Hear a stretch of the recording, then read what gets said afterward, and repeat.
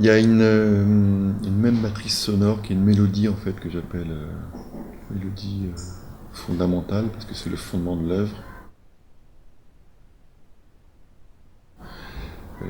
Une sorte de tresse mélodique très simple en fait qui est donc facilement mémorisable et continuable de mémoire sans même, j'ai envie de dire sans même une partition. Et qui fait ça en fait.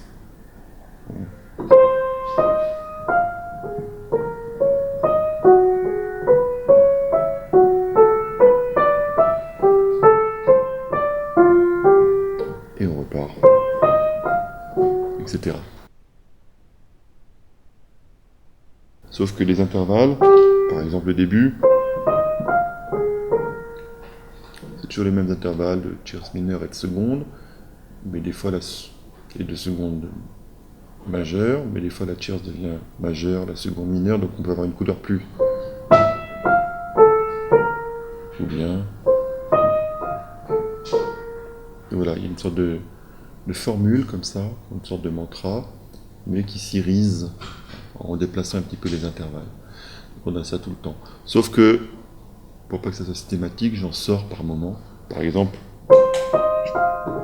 si je prends une note sur deux, ça va faire des choses un peu plus, des intervalles un petit peu plus grands. Et toujours côté intervalle, une sorte de matière qu'on peut étirer, stretcher, comme on dit en électronique. Et c'est pour ça qu'il y a que ce côté très mélodique, bon, qui n'est pas seulement dans cette œuvre, dans toutes mes dernières œuvres. Et il y a de quelque chose d'un peu universel dans une mélodie simple comme ça. Bon, après, le traitement de l'écriture permet de rendre ça plus ou moins simple, comme des choses un peu comme des chansons, puis beaucoup plus complexes dans des passages chorales à plusieurs voix, en imitation. Voilà. 3, 4.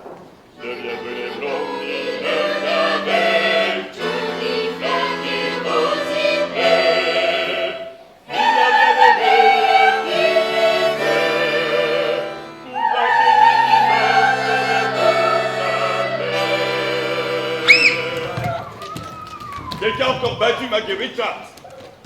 10 contre 1, c'est Billy Swansea. Et on laisse les enfants, ils se préparent tout à l'heure. On a encore 10 minutes. Ou alors Gwenny en priorité. Gwenny en priorité, et puis tu fais les femmes, le temps que les enfants. Ça va, je sais chronologiquement, c'est mieux pour les enfants. Oui, et tu fais quoi alors? J'aurais bien aimé faire, pour être juste, les femmes, les femmes, on peut faire. Tu préfères quoi? On va faire Gwenny. Gwenny. La scène, c'est Gwenny.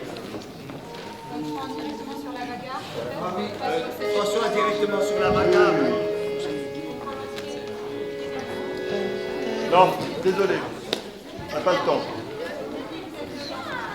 Si vous me voyez, il n'y a pas de problème normalement.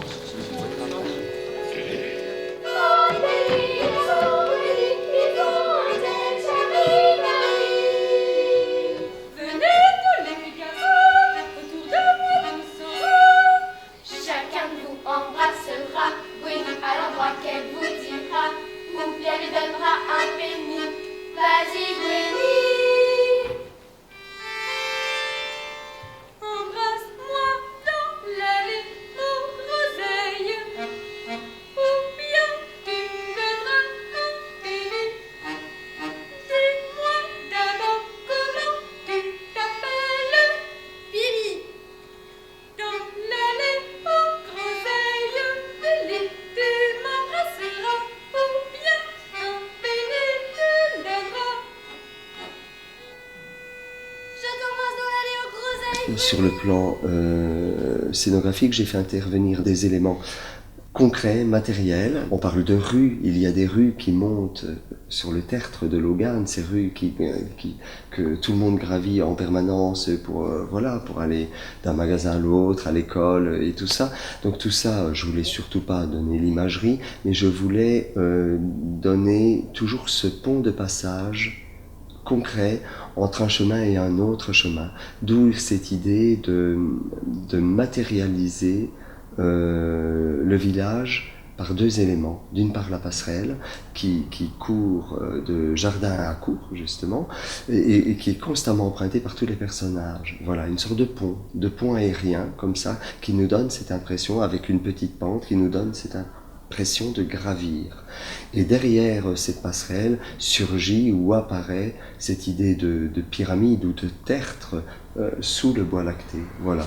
Et donc ça, c'est deux éléments très, très solides, matérialisés et qui ne bougent pas en permanence, qui sont posés sur le plateau, voilà, mais qui deviennent plus ou moins apparents selon la lumière, selon, je dirais, comment les rayons lumineux viennent frapper la pyramide, elle peut être présente ou absente. Donc il y avait tout ce travail sur la lumière, sur ces deux éléments-là qui agit en permanence.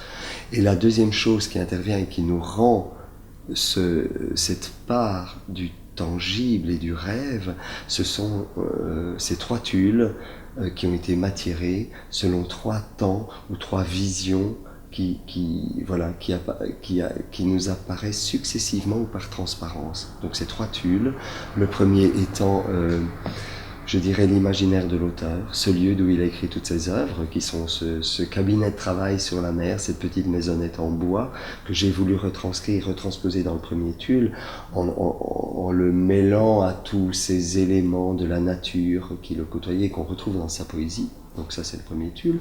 Le second tulle qui est le village, je veux dire une explosion d'éléments du village que j'ai pu retrouver, que j'ai retravaillé scénographiquement tout ça, qui me paraissait important, qu'on sente un chemin soudain qui se dresse vers le ciel. Je veux dire, il n'y avait surtout rien de réaliste, mais nos yeux, notre regard peut se poser à chaque instant sur des éléments et qu'il s'établisse un lien entre les personnages et chaque élément du village. Par exemple, dans la scène de Willy Nilly, le facteur, il fait penser à Jour de fête de Tati d'ailleurs, parce qu'on y retrouve toute cette sensibilité, toute cette poésie, tout cet humour aussi, et tout, voilà. Donc sur ce tulle, on retrouve par transparence, des fenêtres qui éclairent les personnages chez eux, alors que le facteur passe sur la passerelle. Donc il y a chaque fois un va-et-vient entre un présent et un avenir ou un passé. Voilà, et c'est comme ça que la lettre que l'amoureux Mogg veut transmettre à Willy Nilly, il ne peut pas l'atteindre, il ne peut pas lui donner directement, donc soudain elle descend des tulles. Et ça devient une deuxième lecture, mais à la fois c'est tangible puisque cette lettre arrive bien à destination. Donc ça, cette espèce de permanence entre le rêve et la réalité, je l'ai désiré et les tulles m'ont aidé énormément. Donc ça c'est le deuxième tulle, qui est, je dirais, les éléments du village dans sa construction. Et le troisième tulle, je pense qui se trouve derrière la pyramide, va nous donner ces clés au rêve absolu et à ce bois lacté, dans toute la symbolique qu'un bois lacté peut nous transmettre à nous, voilà, à la fois sous forme, je dirais, un peu initiatique, alchimique, et je crois que c'est la grande alchimie de la poésie du poète Dylan Thomas. Et ça, j'ai voulu absolument avoir ces trois plans, voilà, qui se succèdent les uns aux autres et progressivement nous interpellent, et moi, offrent un matériau à ma mise en scène extraordinaire, parce qu'en permanence, on développe ce jour à travers toute l'évolution des personnages entre et parmi ces trois tulles, et au-delà de ces trois tulles, puisque ces trois tulles montent dans les cintres, toujours d'une façon très rituelique, et puis redescendent soudain à la fin, comme si le livre se refermait à notre mémoire. Une brise dans les rues, doucement, gémit au-dessous du bois lacté qui s'éveille. Le bois, aux arbres à pieds fourchus, à l'œil content des traqueurs d'amoureux. Le bois, créé par Dieu selon Marianne Marine qui dit « C'est un paradis sur terre ». Les élus de sa flamme bienveillante peuplent la terre de Liargu. On est dans le rêve des gens qui se rêvent les uns les autres, dans des situations souvent assez triviales de relations amoureuses, voire physique. Ce sont des personnages très, très typés. Donc, le capitaine Cat, le capitaine Longcourt, le révérend Jenkins, le révérend poète un petit peu rêveur, Jack Black, le forgeron puritain, qui regarde passer d'un œil mauvais les couples plus ou moins légitimes, Lily Culotte, qui est la fille un peu de tous les hommes, même s'il n'y en a qu'un qu'elle a toujours aimé, c'est Will et Nilly. Donc on a plein de personnages comme ça assez typés, mais qui ont en même temps une valeur universelle, parce que c'est des types qu'on peut trouver dans toutes sortes de lieux réels ou imaginaires, de la fiction, du roman, du cinéma, de l'opéra, de la comédie musicale. Mais c'est vrai qu'il y a un point commun. Je m'en suis aperçu assez tard, pratiquement en répétition, alors que j'avais pourtant pas mal potassé le texte, l'ayant traduit, adapté et mis en musique, c'est que, effectivement, le point commun, c'est l'amour et le désir. C'est ce qui, alors ça, c'est vraiment une valeur encore plus universelle que leur caractérisation respective. Et c'est, je pense, qui touche vraiment dans ce spectacle. Donc on connaît des types et c'est vrai qu'ils s'interpellent toujours pour se parler d'amour, pour dire leur amour l'un à l'autre. Et il y a effectivement beaucoup de couples. Et je voulais, malgré la configuration originale, je voulais que ça soit un opéra avec même des archétypes, voire des clichés. Et c'est pour ça que vous avez beaucoup de duos d'amour. Entre Rosie, Robert par exemple, et Capitaine Cat. Entre Morg Edwards et My Fanny Price. Un duo d'amour-haine entre Mr. Pug et Mrs. Pug, de haine conjugale. Un trio d'amour, on va dire, entre Mrs. Ogmore Pritchard et ses deux maris disparus, Mr. Ogmore et Mr. Pritchard. Et donc des duos, et puis des chansons, enfin des airs, comme à l'opéra traditionnel, qui parlent aussi de ça. L'air de Lily Culotte, l'air de Waldo, par exemple. Je crois que sans vouloir en faire des comédiens, les personnages existaient réellement sur le plateau. Alors bien sûr, il y a les compléments, il y a les enfants, bien sûr, qui eux existent naturellement. Alors là, j'ai pu, je dirais, faire une approche autre avec les enfants et réussir tout un ballet qui pouvait s'intégrer dans les deux scènes qu'ils avaient. Et là, je veux dire, les enfants, on n'en fait pas des acteurs non plus, mais on peut réussir à provoquer un dynamisme, une rythmique qui fait que ça s'intègre parfaitement à cet univers de sensibilité. Ah oui, c'est toi. Non, ici après tu t'échappes. Il faut que tu tombes presque. On met l'impression. Voilà, et tu t'échappes après. D'accord ? C'est mieux, Antoine. Allez, on va faire ça. Un vrai cri. Maggie Richard, c'est pas le ça gosse. Et c'est après qu'il tombe. Non,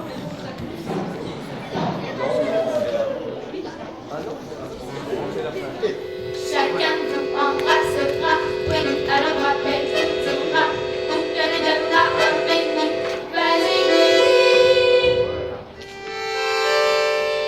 Embrasse-moi sur la colline, il y a la gueule, si on de la embellie, la robe et toi, le nom de ta belle.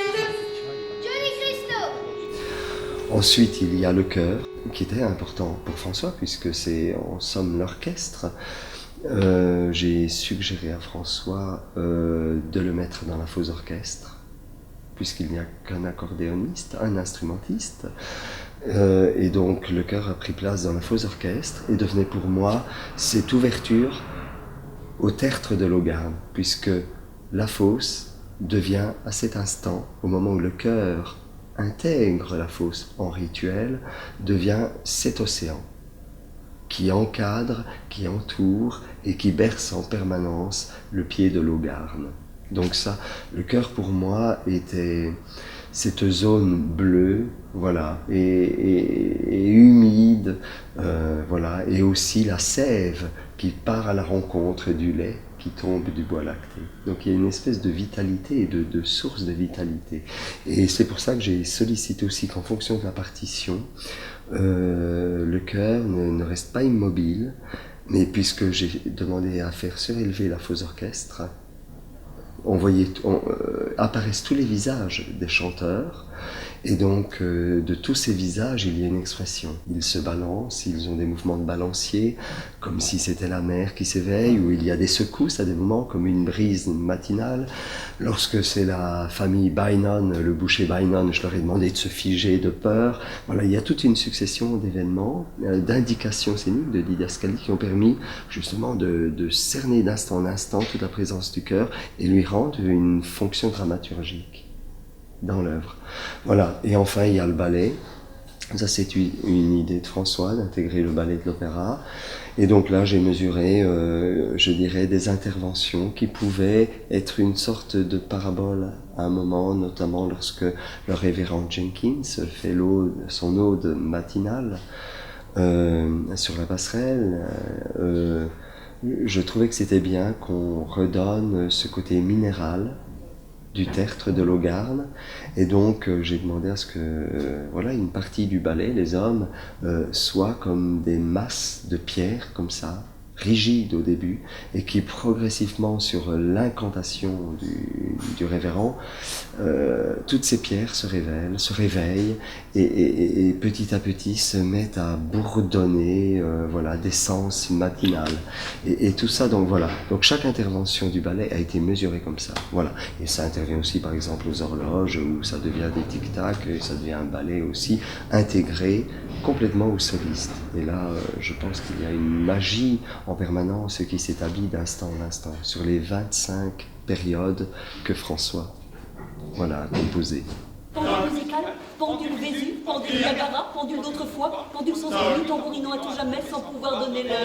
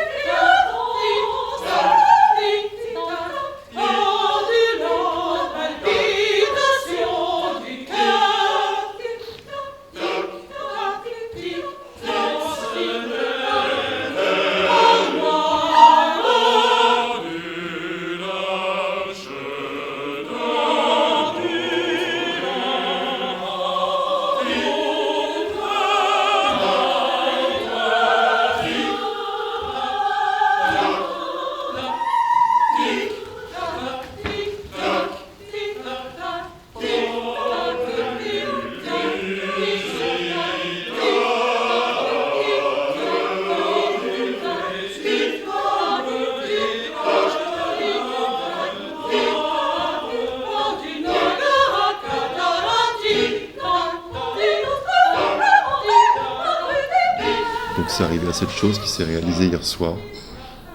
Et je me sens très serein par cette... Je me sens très serein de cet aboutissement.